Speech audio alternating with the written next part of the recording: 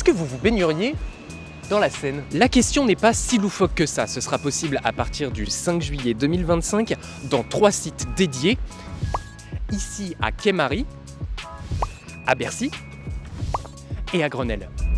C'était l'une des promesses des JO de Paris 2024, organiser l'épreuve de triathlon dans la Seine et pour ce faire, rendre le fleuve propre à la baignade. La ministre des Sports Amélie Oudéa-Castéra et la maire de Paris Anne Hidalgo avaient alors piqué une tête dans le fleuve pour prouver sa baignabilité. Mais cette lubie ne date pas d'hier, en réalité on se baignait déjà dans la Seine au XVIIe siècle et ce jusqu'en 1923, date de son interdiction en raison des dangers liés à la navigation et à la pollution. Et à la fin des années 80, le maire de Paris, Jacques Chirac, avait promis que dans 3 ans, j'irai me baigner dans la Seine, devant témoins, pour montrer que la Seine est devenue un fleuve propre.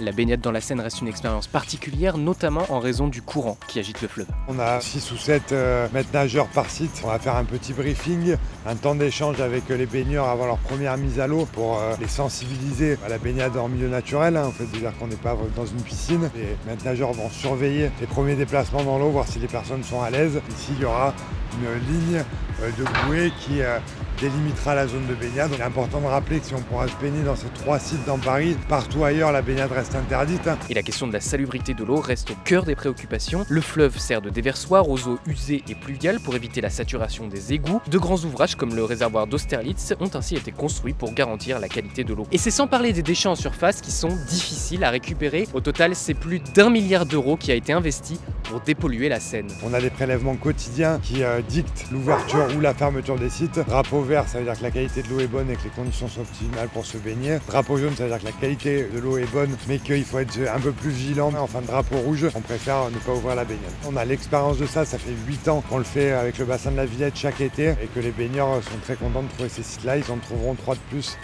dans Paris et sur la Seine. Et vous, est-ce que vous vous baigneriez dans la Seine ?